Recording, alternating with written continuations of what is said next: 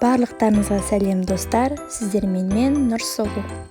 Бүгін сіздерге оңай әрі тез және де пайдалы салатын рецептімен бөліскім келеді. Ол үшін бізге 2 сәбіз, орам жапырақ, қызылша және де 4 дана сарымсақпен соңында тұз бұрыш, қызыл бұрыш және де аскөкті қосатын боламыз.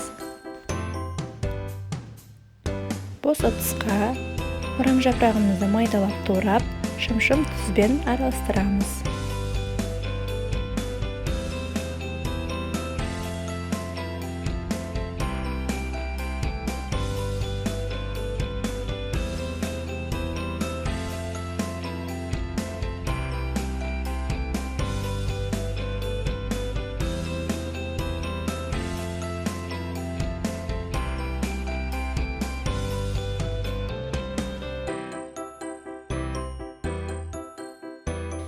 Жақсылап араластырып болғаннан кейін сәбізімізді үккіштен өткізіп, орам жапырақпен араластырамыз.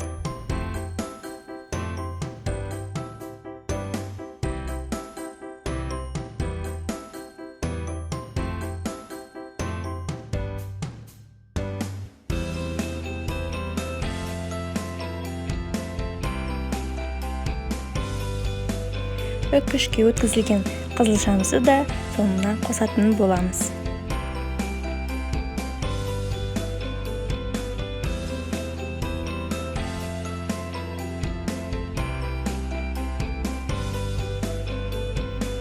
Сарымсақты да қосуды ұмытпаймыз.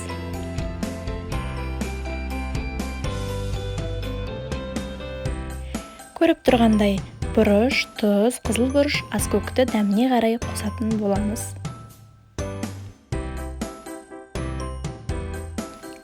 Соңына қарай 4 ас қасық сұйық майымызды қосып, салатымызды жақсылап араластыратын боламыз.